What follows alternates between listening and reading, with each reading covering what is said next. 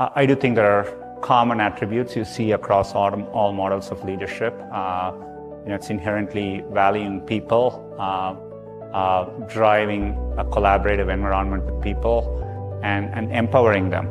For me, a lot of leadership is about cheering when people around you do well, getting out of the way when you can. Your job is to stay out of the way, but help them when they need to, remove obstacles, which is standing in the way of them doing well and succeeding. So leadership more often than not is about taking a back seat. Even if you're in a meeting, the higher up you are, it's tough actually to understand what's going on. So speaking as less as possible, listening more to what is around you. Being tough is important, but equally important is being compassionate and empathetic. And you want to aim high enough that you fail, a few times. I think that's the natural part of the process. In fact, Larry used to say, if you work on really difficult things, you're better off because you have no competition. Others aren't working on that difficult a problem. And even if you fail, you end up doing something great in the process. And so I think that's the philosophy which has guided us all through these years.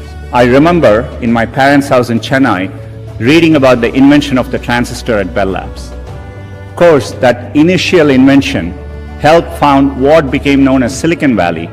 And out of that came companies like Fairchild Semiconductor and Intel, and all the computers and software that we all use today. You can draw a direct line from that invention to the technology that powers your Twitter feed or your WeChat messages today. I remember reading about that and thinking, it's the idea that matters. It didn't matter where you come from or what your background is. One revolutionary idea, one brilliant invention can unleash other entrepreneurs to revolutionize industries in ways you could never predict. The people who build the transistor in many ways enable the entrepreneurs who are using incredible processing power to analyze data and diagnose cancer. In the same way, the invention of smartphones and GPS has enabled other companies to build apps that revolutionize the way we travel around cities. I grew up in Chennai in India and grew up modestly, but I was privileged to have a culture of knowledge and my parents did a lot to help me get that. I was passionate about technology growing up. Didn't have access to computing, but I could read anything I could on it. And when I came to the US, I came to Stanford in 1993. It was the first time I flew on a plane coming to the US, and landed in Pittsburgh where my uncle and aunt live, and made my way to California. And just about the time the internet was taking off, and it was the first time I truly had access to computing, and I can see how it changed my life. I still carry that with me today, the power of technology to impact people positively, and I think you see the evidence of it both in US and increasingly in India as well. Working the real world, I would say, it is important to be well-rounded. It's important to try different things. Take some risks.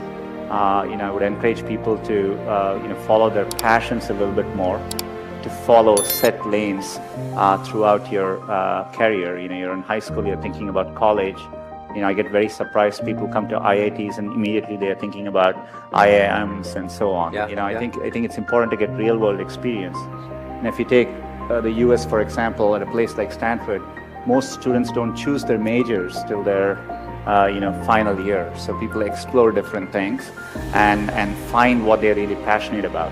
So I think those are all good things to aspire to. I think I would like to see people value creativity, value experience of doing things, taking risks, and academics is important, but it is not as important as it's also made out to be.